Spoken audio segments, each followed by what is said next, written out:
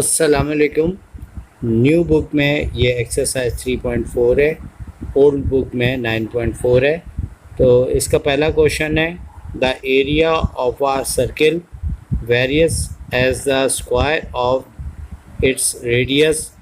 Find the radius of a circle whose the area is equal to the sum of the areas of two circles whose radii are 5 and 12 centimetre respectively. तो चलिए अब question number 1 का solution find out करते हैं। और सबसे पहले ये याद रहे कि R1 R2 यानी दोनों रेडियस दिए हुए हैं और A और रेडियस के दरमियान डायरेक्ट वेरिएशन दिया हुआ है और हम वेरिएशन का कांस्टेंट जो है यहाँ पे के लगा दिया जाएगा और टोटल करने का कहा गया है, जो कि एरिया 1 प्लस एरिया 2 के बराबर है। और यहाँ पे a means total area and radius दोनों हमें फाइंड आउट करने हैं। अब इसका सोल्यूशन फाइंड करते हैं। तो यहाँ पे हम लिखेंगे according to the given condition, जिसमें कि जैसे हमने ऊपर किया है कि कांस्टेंट यहाँ पे हमने पाई रख देना है, और चूँकि ऊपर भी ये कंडीशन बताई गई थी और इस लिहाज से जो है वो आर की वैल्यू और पाई की ऑलरेडी हमें गिवन होती है 22/7। इस तरह से हमने A1 की वैल्यू को काफ़ी हद तक लिख लिया है और फर्दर जितना मुमकिन हो सकेगा हम इसे विदाउट कैलकुलेटर फाइंड आउट कर लेते हैं।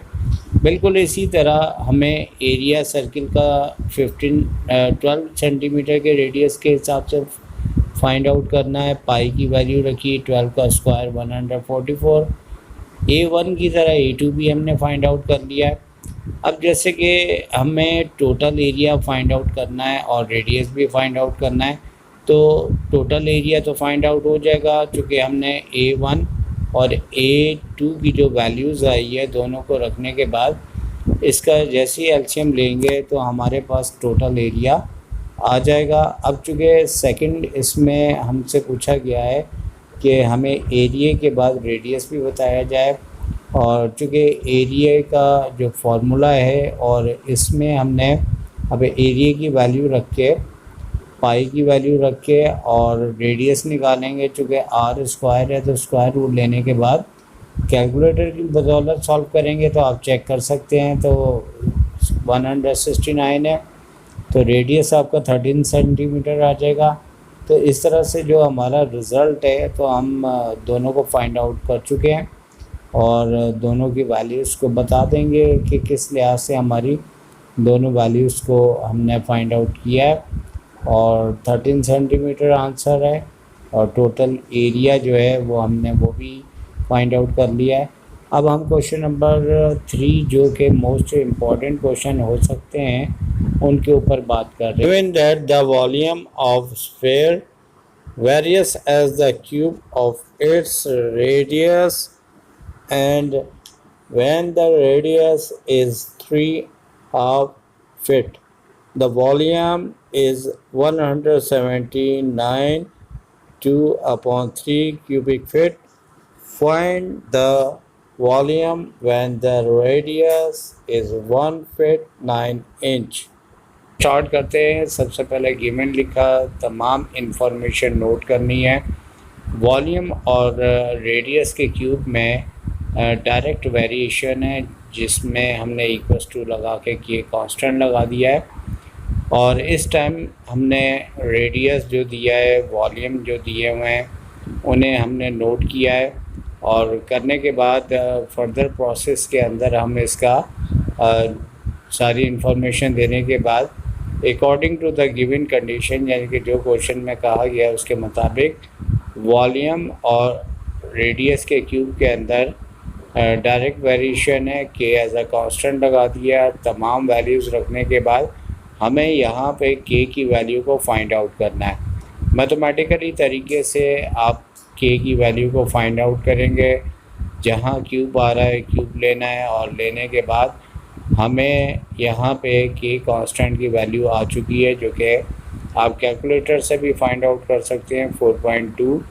और इसके बाद यहाँ पे हम लोगों ने वॉल्यूम और रेडियस हमें 1 फीट 9 इंच दिया हुआ है और उसको हमने टोटल कन्वर्ट कर लेना है, अपने एक ही यूनिट के अंदर ले आएंगे जैसे कि आपको ऊपर दिखा रहे हैं हम। और रेडियस में प्लस करना है 9/12 और एलसीएम लेने के बाद हमारे पास रेडियस जो है वो 12 + 9/12 आ जाएगा और जैसे ही डिवाइड करेंगे तो 1.75 फिट रेडियस आ जाएगा। अब रेडियस आ चुका है और के कांस्टेंट भी आ चुका है तो बासानी वॉल्यूम पता कर सकते हैं और वॉल्यूम आ चुका है हमारे पास 22.5 और चूँकि फिट है वॉल्यूम है तो इसमें क्यूब में आएगा। अब नेक्स्ट इम्पॉर्टेंट क्वेश्चन नंबर 5 है। Number 5, 2 photographs of different size show exactly the same picture. The smaller photograph measure 10 centimeter by 40 centimeter and larger photograph measure 15 centimeter by 27 centimeter. The height of tree given in the larger photograph is 12 centimeter. Find the height of the same tree in the smaller photograph. तो चलिए अब इसका solution find out करते हैं। सबसे पहले तो given के अंदर हम एरिया ऑफ लार्ज फोटोग्राफ यानी कि जैसे कि क्वेश्चन में 15 × 21 उसका एरिया निकाल लेंगे और इसी तरह स्मॉल फोटोग्राफ का भी एरिया निकाल लेंगे जैसे कि क्वेश्चन में दिया गया है। Height of the tree large photograph को भी हमें फाइंड आउट कर लेंगे। तो अब टू फाइंड जो हमें करना है वो बुनियादी तौर पे हमें वो पिक्चर फाइंड आउट करना और उसके लिए सॉल्यूशन में हमने थोड़ा सा इस तरह से करना है कि P से फ़ोटोग्राफ आता है तो PL का मतलब है आपका लार्ज साइड और PS का मतलब है स्मॉल साइड। अब PS और PL के दरमियान डायरेक्ट वेरिएशन है यानी कि कांस्टेंट K हम अप्लाई कर देते हैं और finding the value of K, तो K की वैल्यू हमारे पास आ चुकी हुई है। अब हमें जो है यहाँ पे TS यानी कि स्मॉलर फोटोग्राफ और लार्जर फोटोग्राफ के हिसाब से डायरेक्ट प्रोपोर्शन है और इसमें K कांस्टेंट है, K हमने रखा और जो लार्ज साइज की है वो भी हमें पिक्चर दी हुई वैल्यू और जैसे मल्टीप्लाई किया तो स्मॉल साइज की हमारी वैल्यूज़ आ चुकी है। क्वेश्चन नंबर 6 है, if the ratio A/B is unaltered when X and Y are added to its item in order, show that X/Y = A/B। तो चलिए इसका भी सलूशन देते हैं आपको। गिवन A/B = X और Y में A और B दोनों को ऐड करते हुए हमें टू प्रूव करना है कि A/B = X/Y हमें लेके आना है। लेकिन जैसे कि गिवन के अंदर जो हमने लिखा है उसी को फर्दर आगे चलाते हुए अपॉन में लाते हुए और क्रॉस मल्टीप्लाई जैसे ही हम करते हैं तो इसमें AB और BA आपस में कैंसिल हो जाएगा और उसके बाद दोबारा हमारे पास वो शक्ल बन जाएगी जो कि हमें रिक्वायर्ड है टू प्रूफ करने के लिहाज से। और जैसे ही हमने अपॉन हटा के रेशो किया प्रूफ हो गया। अब क्वेश्चन नंबर 7 है जो इसके बाद इम्पोर्टेंट, तो क्वेश्चन नंबर 7 भी इम्पोर्टेंट है तो पढ़ते हैं इसको। Measure of the sides of are triangle are 6, 11 and 15 centimeter. Our triangle similar to it has perimeter equal to 160 centimeter. Find the measure of its sides. तो अब आपसे इसका सलूशन डिस्कस करते हैं। सबसे पहले ये याद रखें कि हमारे पास दो ट्राइंगल हैं, एक जो कि गिवन है उसकी साइड्स और एक को हमें फाइंड आउट करना है। तो ट्राइंगल 1 यानी कि जिसकी तीनों साइडें हमें दी हुई हैं, S1 S2 S3 यानी कि जो साइड्स दी हैं उसी तरह से, जबकि जो कि सेकंड ट्राइंगल का मालूम करना है और वो पेरीमीटर 160 है।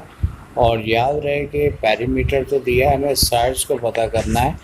तो हम लोगों ने बिल्कुल जैसे के मेथड के क्वेश्चंस की है कि दोनों ट्राइंगल की सेम साइडों को आपस में लेट करते हुए के बराबर, और वहाँ पे इसका के की फॉर्म में इसको लेट करते हुए एक्स वाई जेड की वैल्यू निकाली। फिर तीनों साइडें जो कि सेकंड ट्राइंगल की हैं उसके अंदर x plus y plus z रखते हुए 160 इसका सम है। और जैसे ही हम वैल्यू इसके अंदर रखेंगे तो हमारे पास के की वैल्यू 5 निकल आएगी। और उसके बाद जैसे हमारा रिलेशन x y और z के हिसाब से बना हुआ है, हमने के की जैसी वैल्यू रखनी है तो 6 5 30 और इसी तरह तमाम वैल्यूज़ निकाल लेंगे। 11 5 55, 15 5 75 और तीनों साइडों को ऐड करने पे 160 पैरीमीटर आएगा हो जाएगा। और हमने अपना रिज़ल्ट भी लिख देना है। और रिज़ल्ट के बाद हमारा ये तमाम इम्पोर्टेंट क्वेश्चन कंप्लीट हो गए। तो आपसे इजाज़त चाहेंगे। टेक केयर, अल्लाह हाफ़िज़।